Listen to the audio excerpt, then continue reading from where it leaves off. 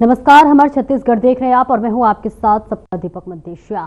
Bulletin का आगाज करेंगे। सीएमडी चौक उद्योग भवन में 21 से 23 मार्च तक प्रदर्शनी आयोजित की गई है। आधारशिला विद्यालय मंदिर के संस्थापक अजय श्रीवास्तव मुख्य अतिथि के तौर पर मौजूद रहे। इस प्रदर्शनी में क्या कुछ हुआ, देखिए इस खास रिपोर्ट में।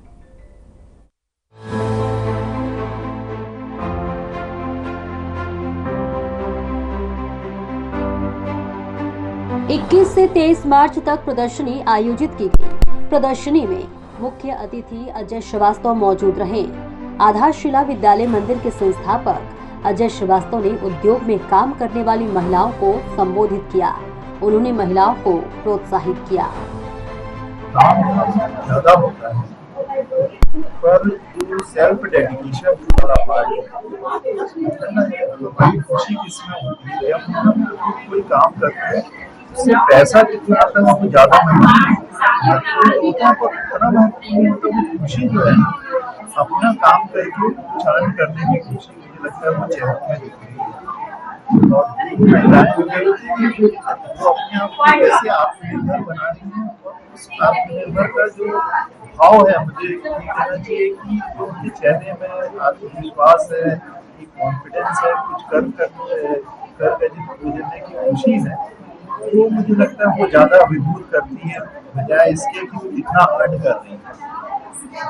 किसी भी चीज की खुशी का पैमाना होता है आत्मसंतुष्टि। मुझे लगता है वो आत्मसंतुष्टि जो भी महिलाएं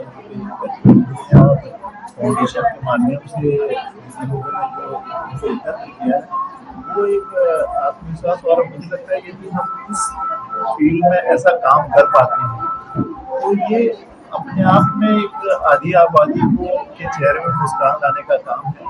और इससे हम लोगों को भी, बहुत सारे पुरुषों को भी प्रेरणा मिलेगी कि कैसे किसी काम में डेडिकेशन। देखिए आज हर घर में परिवार की खुशी जो है महिलाओं से ही निर्धारित है, और यदि महिला अपना कुछ करके खुश हो पाती है तो मुझे लगता है वो जो चीज जिनके पास रहता है उसको बांटे गए, वो खुशी परिवार में वो समाज का निर्माण करती है। मुझे लगता है ये एक शुरुआत है, पर इसे कैसे हम वायरल कर पाते हैं, कैसे और स्प्रेड आउट कर पाते हैं, ये हम लोगों का उद्देश्य होना चाहिए। एक सोच हमको दिए, विचार करने के लिए प्रेरित किया है कि ऐसा भी हो सकता है। बहुत छोटे छोटे कदमों से हम चीज़ों को बड़ा कर सकते हैं। मुझे लगता है सभी संस्थाओं को, सभी हमको भी इसमें आगे आके ये आश्वस्त करता हूँ कि जब भी इनको कोई ऐसी जरूरत होगी तो मैं अपनी संस्था के साथ में खड़ा रहूँगा और कुछ जो भी अपने तरफ से मेरा सहयोग होगा। गुलदस्ता फाउंडेशन की अध्यक्ष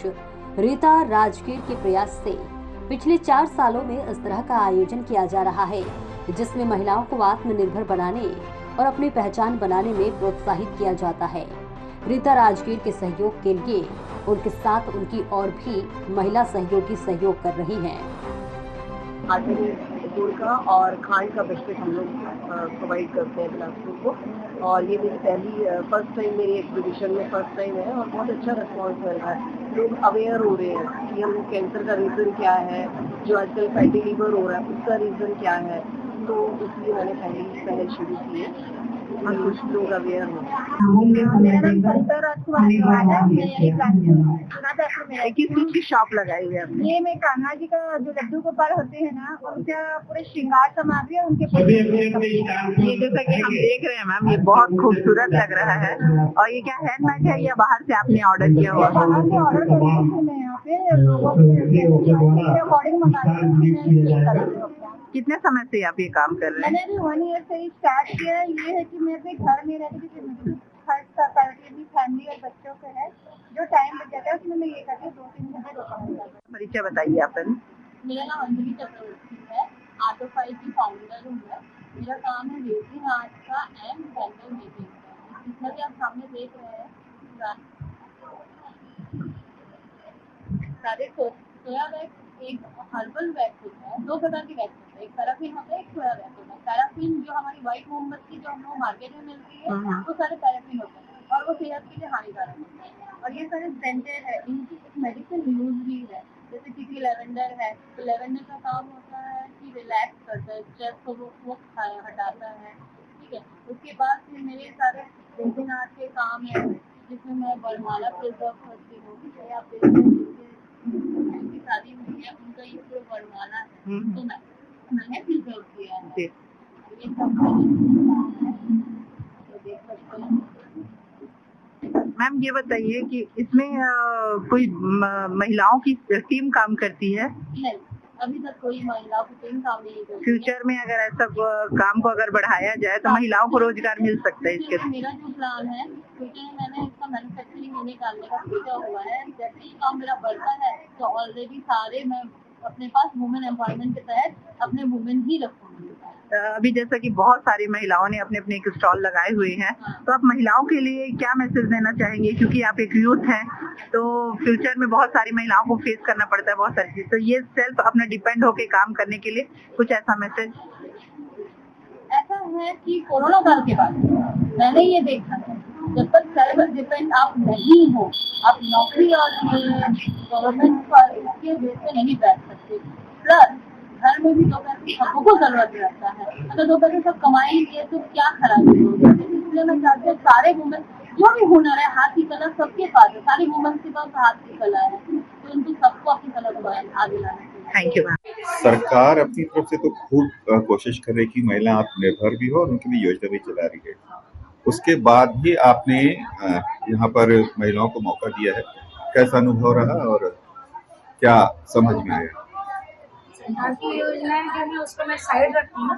अपने मेरे दिमाग की उत्पत्ति ये है कि महिलाओं को पहचान नहीं मिल पाती और कई सरकार की योजनाएं जो महिलाओं तक नहीं पहुँच पाती, कुछ कारण हो जाते हैं, तो उसको मैं अपने दिल दिमाग में रखती थी। इनका नंबर है कि ये इनका बिजनेस रहता है, अपने मोहल्ले है या शहर में है, मेरा पुराना संबंध रहा है इन लोगों से, तो हमेशा बोलती थी कि महिलाएं को आगे लाओ, दीदी आप इतना अच्छा काम करती हैं। तो ये मैं 4-5 सालों से महिलाओं को लेके काम करती हूँ। जैसे कोई एम्ब्रॉयडरी कर रहा है, अगर हाथ से बैग बना रहा है, कुकिंग कर रहा है, लेकिन उनकी पहचान छुपी हुई रहती है, तो ये प्लेटफॉर्म लाना, उनको पहचान देना, हमारा गुलदस्ता फाउंडेशन बना क्यों? गुलदस्ता फाउंडेशन बना क्यों? गुलदस्ता इसलिए नाम दिया गया, इसलिए बना गया तो हम चारे हर धर्म संप्रदाय की इसमें महिलाएं जुड़ी हुई हैं और इसमें कोई जाति उसका बंधन नहीं है और विभिन्न क्षेत्रों से आई है, इसलिए गुलदस्ता, जिस तरह गुलदस्ते में विभिन्न प्रकार के फूल रहते हैं और खुशबू बरकरार रहती है, उसी तरह गुलदस्ता मैंने मेरी एक नई सोच क्रिएट की और उसको थोड़ा सा मैंने उड़ान शब्द। सोच डेवलप कैसे हुई?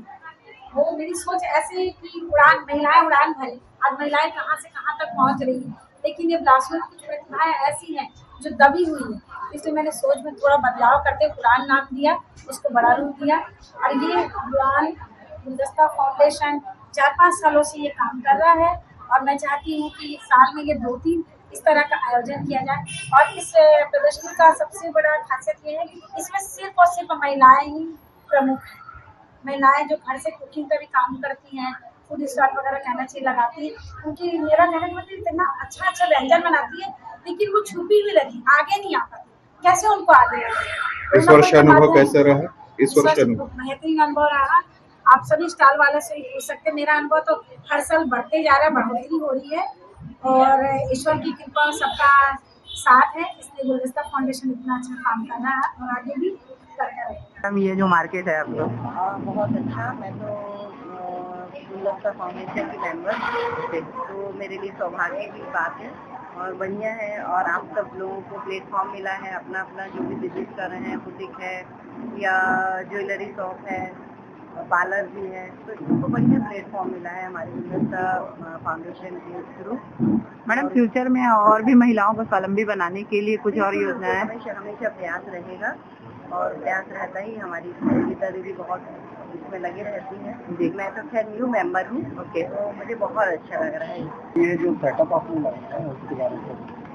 मेरा नाम मालिक है, मैं हफ्तापुर के निवासी हूँ और ये मेरे सारे आइटम जो है वो हैंडमेड है और ये मेरा दूसरा एग्जीबिशन है यहाँ और इस सारे आइटम मेरे हैंडमेड है। मार्केट में और ये इसमें क्या अंतर है मैडम? सर ये कि क्वालिटी को लेके, प्राइस को लेके? प्राइस तो हैंडमेड है तो थोड़े से महंगे रहते हैं, मार्केट से थोड़े से रहेंगे, ताकि ये मेरे खुद के बनाए हुए हैं, मैं किसी से कॉपी नहीं करती। अपना फिर बनाते हैं। आप लोग भी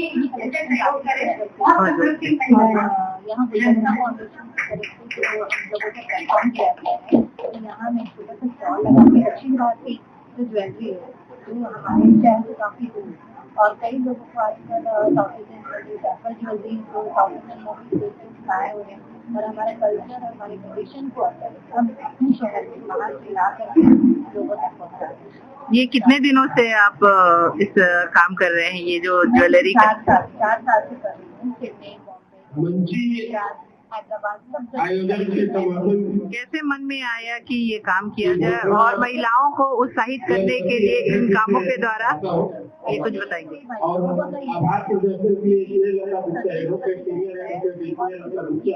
साइंटिफिक रीजन भी है सबके पीछे धन्यवाद भैया आमंत्रित करने के लिए। हमारी हेल्थ भी माननीय अतिथि महोदय, पुरानी चीजें अध्यक्ष महोदय, मेरी छोटी बहन रेखा राजगीर फाउंडेशन के अध्यक्ष, को याद करें। उपस्थित सभी सदस्य, हम देखते महिलाओं ने अपना स्टॉल लगा हुआ है। यहाँ पे महिलाओं के लिए बड़े आयोजन या उनके लिए अच्छा एक प्लेटफॉर्म तैयार किया गया है। आपका भी एक स्टॉल लगा हुआ है हेल्थ से रिलेटेड। हम जानना चाहेंगे कि आप अपने स्टॉल में लोगों को किस तरह से जागरूक करते हैं? मॉनिटर करने के लिए हम लोग पूरे सेवा करने पे काम करते हैं कि आपका एक का वेट कितना है, फैट कितना है, और बढ़ती हुई जो बीमारी है उसका रेंज कहाँ तक पहुँच चुके हैं, जो है बीमारी उसकी अकॉर्डिंग हम आपको गाइड करते हैं। और यहाँ जो अगर कोई आ रहा है तो हम 2-3 दिन के इसमें कुछ लोगों के लिए बहुत सारी नई चीज़ें हैं, लोग उठ नहीं पाते हैं। सबसे पहले तो वो सोते ही है, तो उनकी दिनचर्या पर सुधार करने के लिए मैं पूरा काम कर रही हूँ। मैम ये कोई मेडिसिन या एक्सरसाइज है? मेडिसिन मेडिसिन नहीं है, ये एक फूड है। एक पोषक तत्व है जो आज के खाने से नहीं मिल रहा है, हम उसको दे रहे हैं ताकि आपके शरीर में रहेगा तो वो आपके शरीर की कमियों को पूरा करे और बीमारियों से आपको बचाए और आपके वजन को मेंटेन करे। और कोई ऐसा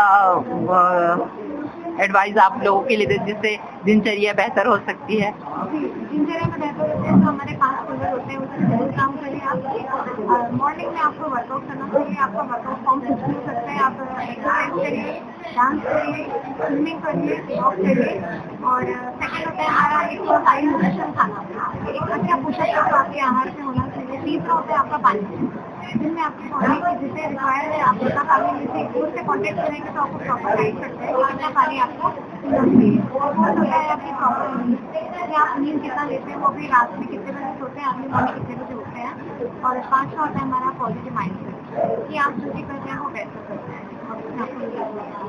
हाँ, मेरा एड्रेस है नेहरू चौक के पास कलेक्ट्रेट रोड पे, दीपक कॉम्प्लेक्स है जो कलर कॉम्प्लेक्स, उसके बगल में दुबई फ्रूट के 2nd फ्लोर पे है, 24 इस कार्यक्रम में महिलाओं को अपनी पहचान बनाने के लिए प्रोत्साहित किया गया। महिला सशक्तिकरण के लिए ऐसे कार्यक्रम बेहद महत्वपूर्ण होते हैं। Bureau report.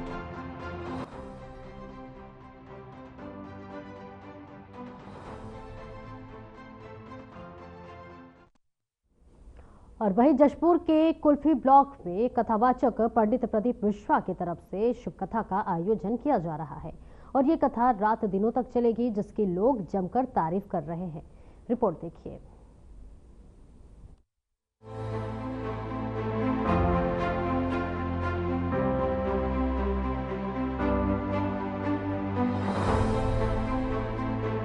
जशपुर जिले के कुल्फी ब्लॉक स्थित धार्मिक और प्राकृतिक पर्यटन माइली में 7 दिन से शिव कथा का आयोजन किया जा रहा है, जिसके कथावाचक पंडित प्रदीप मिश्रा हैं। कथा की शुरुआत 21 मार्च से हुई थी, जो 27 मार्च तक जारी रहेगी। बताया जा रहा है कि इस कथा का काफी असर देखने को मिलेगा, क्योंकि इलाके में धर्म परिवर्तन की शिकायतें काफी मिलती रहती हैं। कथावाचक की तरफ से जो धार्मिक आयोजन किया जा रहा है, उससे जनता पर प्रभाव पड़ेगा। छत्तीसगढ़ के जशपुर में मधेश्वर पर्वत पे जो कथावाचक प्रदीप मिश्रा जी के द्वारा शिव पुराण का आयोजन किया गया है, इस आयोजन की जितनी सराहना की जाए कम है, क्योंकि उस इलाके में धर्म परिवर्तन की शिकायतें बहुत ज़्यादा आती हैं और ईसाई मिशनरी संस्था कन्वर्सन के नाम पे, धर्म परिवर्तन के नाम पे उस इलाके में बहुत ज़्यादा सक्रिय हैं। तो वहाँ कथावाचक पंडित प्रदीप मिश्रा के द्वारा जो आयोजन हो रहा है, धार्मिक आयोजन, इससे निश्चित रूप से उस इलाके के हिंदुओं में एक संदेश जाएगा कि हम अपने पुरातन संस्कृति, अपने धर्म को बचाने के लिए किसी भी प्रलोभन में न आए और अपने धर्म को परिवर्तन न करें। तो निश्चित रूप से इस आयोजन का लाभ उस पूरे क्षेत्र में, उस अंचल में होगा और इस आयोजन की जितनी सराहना की जाए वो कम है। ये मुख्यमंत्री जी जो के अगुवाई में जो वहाँ उनके गृह ग्राम के पास क्षेत्र में है, तो जो शिव पुराण हो रहा है, उससे आदिवासी क्षेत्र में जो बहुतायत एरिया है उनका क्षेत्र, अब आदिवासी जो हमारे जो हिंदू को जो कन्वर्ट कर रहे थे, धर्मांतरण कर रहे थे, उन पे लोग है सो जुड़ेंगे और एक धर्म जो हिंदू धर्म के लिए लोगों में जागरूकता भी आएगा। और जागरूकता जैसे है कि एक आदिवासी जो है वो एक प्रकृति के से का ही पूजा करते हैं और एक बूढ़ा देव के नाम से उन लोग पूजा करते हैं। तो एक शिव भी वही बूढ़ा देव ही शिव हैं।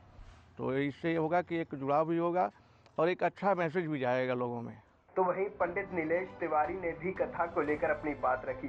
पंडित नीलेश तिवारी का कहना है कि सरकार लगातार काम कर रही है, लेकिन जो कथा वाचन का कार्यक्रम पंडित प्रदीप मिश्रा की तरफ से किया जा रहा है वो भी सराहनीय है। इससे दूसरे धर्म में जाने वाले हिंदुओं पर भी असर होगा। मैं पंडित नीलेश तिवारी स्थान मुक्तिपारा से हूँ। माँ दुर्गा पूजा सेवा समिति में कार्य करता हूँ और मंदिर निर्माण में निरंतर लगा हुआ हूँ अपने धर्म कार्य में, और यहीं पे रहता हूँ, निवासरत हूँ अभी।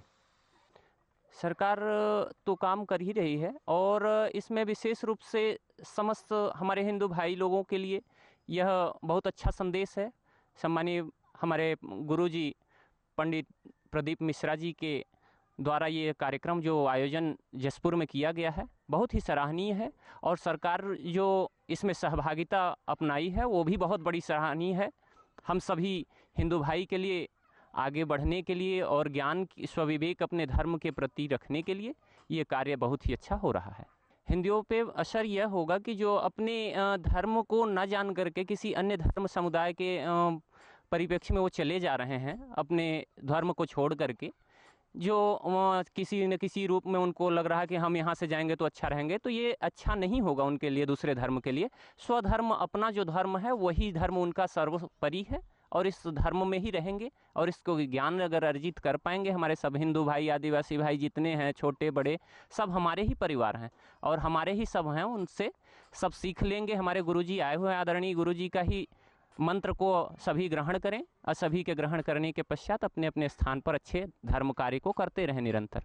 हिंदू धर्म सबसे बड़ा हमारा जो है आदि अनादिकाल से चला आ रहा है और हमारा धर्म जो हिंदू सनातन है ये सबसे बड़ा सर्वोपरि है कि हम इसी धर्म के सभी जो हैं बालक बच्चे हैं और जो लोग हैं इसमें किसी भी प्रकार का संदेहास्पद न भ्रम में जाएं, अपने धर्म के प्रति जागरूक रहें। इसी प्रकार से जसपुर में भी और ये हमारे पूर्व जो राजा साहब रहे हैं उन्होंने भी हिंदू परिवार के लिए और सनातन के लिए बहुत सारे योजना चलाए, परिश्रम किए और घर वापसी भी करने का प्रयास कराए हैं। और निश्चित रूप से हमारे हिंदू भाई परिवार और जितने लोग हैं समस्त हैं यहीं के लोग हैं, बाहर के कोई नहीं है। वो हमारे सरकार भी बहुत अच्छा पहल किया है। समस्त अपने मुख्य धारा में आए और अपने धर्मों के प्रति जागरूक रहें और अच्छे से कार्य अपने धर्म के प्रति चलते रहें करते। लोगों ने इस आयोजन के लिए सीएम विष्णुदेव साय का भी आभार जताया है। क्षेत्र के एक युवा का कहना है कि जो आयोजन हो रहा है उससे युवा भी धर्म परिवर्तन को लेकर जागरूक होंगे। तो सबसे पहले तो माननीय मुख्यमंत्री विष्णुदेव साय जी का बहुत बहुत धन्यवाद बोलना चाहूँगा, जो उनके द्वारा इतना भव्य कथा हो रहा है। जो कथावाचक प्रदीप मिश्रा जी हैं वो शिव पुराण के बारे में वहाँ के लोगों को और मतलब अच्छे से बताएंगे, जागरूक करेंगे। और जो आदिवासी क्षेत्र तो है ही वो, तो वहाँ के लोग जो धर्म परिवर्तन जो जैसा चलता है वो रुकेगा, हिंदू समाज में बहुत प्रभाव पड़ेगा। और मेरे को तो आशा है वहाँ पैर रखने का जगह नहीं मिलेगा, इतना लोग मतलब उनके वैसे भी और भी जगह हुआ है उनका, प्रदीप मिश्रा जी का बहुत अच्छे कथावाचक हैं वो। बिल्कुल असर करेगा, क्यों नहीं असर करेगा भाई। जो धर्मांतरण हो रहा है उस पर उसको ध्यान रखते हुए भाई युवाओं और जागरूक होंगे। और वैसे भी पहले से हाल ठीक ही है युवाओं का, अपने धर्म के प्रति हम सब हैं, अग्रसर हैं, मतलब अपने कार्य पे। बता दें कि मधेश्वर महादेव शिव पुराण कथा समिति जिला प्रशासन ने माइली के पास 5 एकड़ जमीन पर विशाल टेंट का निर्माण किया है। करीब 1 लाख लोगों के बैठने की व्यवस्था की गई है, जिसमें 55,000 स्क्वायर फीट में फैला टेंट एक मुख्य डोम और 2 सहायक डोम से युक्त है। Bureau report.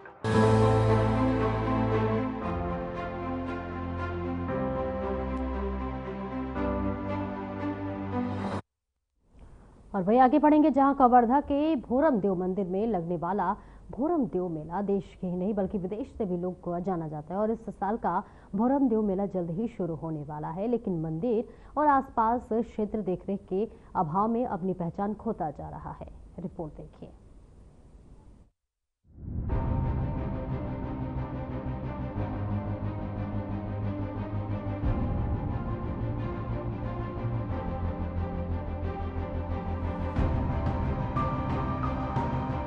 कवर्धा जिला मुख्यालय से करीब 18 किलोमीटर दूर स्थित है भोरम देव मंदिर, जो न सिर्फ अपने ऐतिहासिक और सांस्कृतिक धरोहर के लिए प्रसिद्ध है, बल्कि आस्था और श्रद्धा का बड़ा केंद्र भी माना जाता है। यहाँ की प्राचीन मूर्ति कला, स्थापत्य कला और प्राकृतिक परिवेश इसे भारत के प्रमुख स्थलों में शुमार करता है।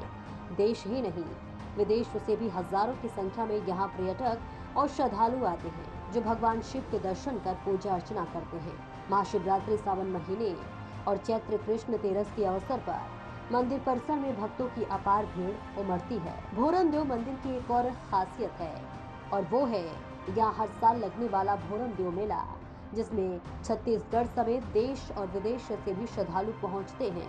साथ ही इस मेले में पहुँचने वाले श्रद्धालु आसपास के स्मारकों में भी जाना पसंद करते हैं। इस साल भोरम देव मेला 26 और 27 मार्च को आयोजित होना है, जिसमें अब ज्यादा दिन नहीं बचे हैं, लेकिन यहाँ से कुछ दूरी पर स्थित मडवा महल और छेरकी महल जैसे प्राचीन स्मारकों की बात करें तो ये स्मारक देखरेख के अभाव में अपनी पहचान खोई बैठी है। यहाँ स्वच्छता की कमी देखी जा रही है, जो यहाँ आने वाले पर्यटकों को रास नहीं आ रही। अभी हम छत्तीसगढ़ के खजुराहो कहे जाने वाले भोरम देव, यहाँ पर अभी विगत 5 दिनों के बाद भव्य भोरम देव मेला का आयोजन किया जाएगा। किंतु यहाँ पर कौन सी स्थिति, यहाँ का गार्डन है और यहाँ की साफ सफाई क्या है, आइए जानते हैं यहाँ आए पर्यटकों से।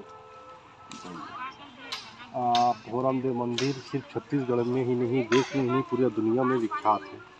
ये ऐतिहासिक धरोहर है और ये सौभाग्य की बात है कि ये कवर्धा जिला में स्थित है। और 4-5 दिनों के बाद यहाँ पे भव्य मेला का आयोजन होना है। लगातार यहाँ मेला का आयोजन किया जाता है, लेकिन यहाँ की वस्तु स्थिति देखेंगे कि एक गार्डन भोरम देव परिसर के नीचे है, जहाँ पे पर्यटकों के लुभाने के लिए, पर्यटकों के व्यवस्था के लिए, घूमने के लिए, बच्चों के झूला वगैरह सब सारी चीज़ व्यवस्था यहाँ पे बनाया गया था। लेकिन आज देखेंगे कि इनकी हालत जर्जर है, झूला टूट चुकी है, बच्चों का जो फिसल पट्टी है वो भी ख़राब हो चुका है। और यहाँ पे देश में पूरा मोदी जी का अभियान चल रहा है स्वच्छता को लेके, लेकिन आप यहाँ पे गार्डन में देखेंगे कि शौचालय कब से टूटा हुआ है, इतनी वहाँ पे अस्वच्छता है। जब वहाँ पे जाएंगे तो बदबू से इस भोरम देव महोत्सव की पहचान होगी। यहाँ पे अधिकारी कर्मचारियों का ध्यान नहीं जा रहा है और सिर्फ नाम मात्र के लिए यहाँ पे साफ सफाई किया जा रहा है। जैसे ही भोरम देव मेला आयोजन ख़त्म होगा फिर वही स्थिति हो जाएगी। आप यहाँ स्वयं जाके देख सकते हैं कि स्वच्छता का क्या आलम है। दो यहाँ पे सुंदर भवन बने हुए हैं। सबसे खतरा तो एक ये मैं आप बताना चाहूँगा, ये जो देख रहे हैं ऊपर से फिसल पट्टी है, यहाँ ये जर्जर हो चुकी है, सड़ गया है, कभी भी यहाँ पे बड़ा हादसा हो सकता है। तो यहाँ पे लाखों करोड़ों रुपए सिर्फ सफाई के नाम पे खर्च किया जाएगा, पैसों का बंदर बांट किया जाएगा। ये लोग मंदिर को भी नहीं छोड़ रहे हैं, ये हमारी आस्थाओं के साथ खिलवाड़ कर रहे हैं। जो सुविधा हमारे लोगों को मिलनी चाहिए, जो सुविधा यहाँ के पर्यटकों को मिलनी चाहिए, जो सुविधा क्षेत्रवासियों को मिलनी चाहिए, वो सुविधा यहाँ पे नहीं मिल पा रही है। ये दुर्भाग्य है हमारा। जिला बेमेतरा से आया हूँ। अच्छा, यहाँ की जो साफ सफाई व्यवस्था है और यहाँ की जो है भोरम देव मेला होने वाला है, उसके संबंध में आप क्या कहना चाहेंगे? साफ सफाई तो ऐसे मेरे को उतना नहीं नज़र नहीं आ रहा है। यहाँ देखोगे तो बैल वैल है, इनको भी हटाना चाहिए, मतलब यहाँ से तो उतना ज़्यादा नज़र नहीं आ रहा है साफ सफाई। जी, इससे मवेशी वगैरह उससे पर्यटकों को हानि हो सकती है। इतना ही नहीं, मंदिर परिसर में बने गार्डन में भी व्यवस्थाओं का अभाव है। बच्चों के खेलने कूदने की व्यवस्था नहीं है। कुछ झूले हैं जो जर्जर हालत में हैं, जिससे बच्चों को चोट का खतरा बना रहता है। ये हालात तब है जब सरकार की तरफ से भोरम देव मंदिर और यहाँ की ऐतिहासिक धरोहरों के संरक्षण के लिए हर साल लाखों रुपए की राशि अलर्ट की जाती है, लेकिन इस राशि का क्या होता है कोई नहीं जानता, क्योंकि अगर पूरी राशि यहाँ पर लगाई जाती तो यहाँ की तस्वीर कुछ और ही होती। Bureau report.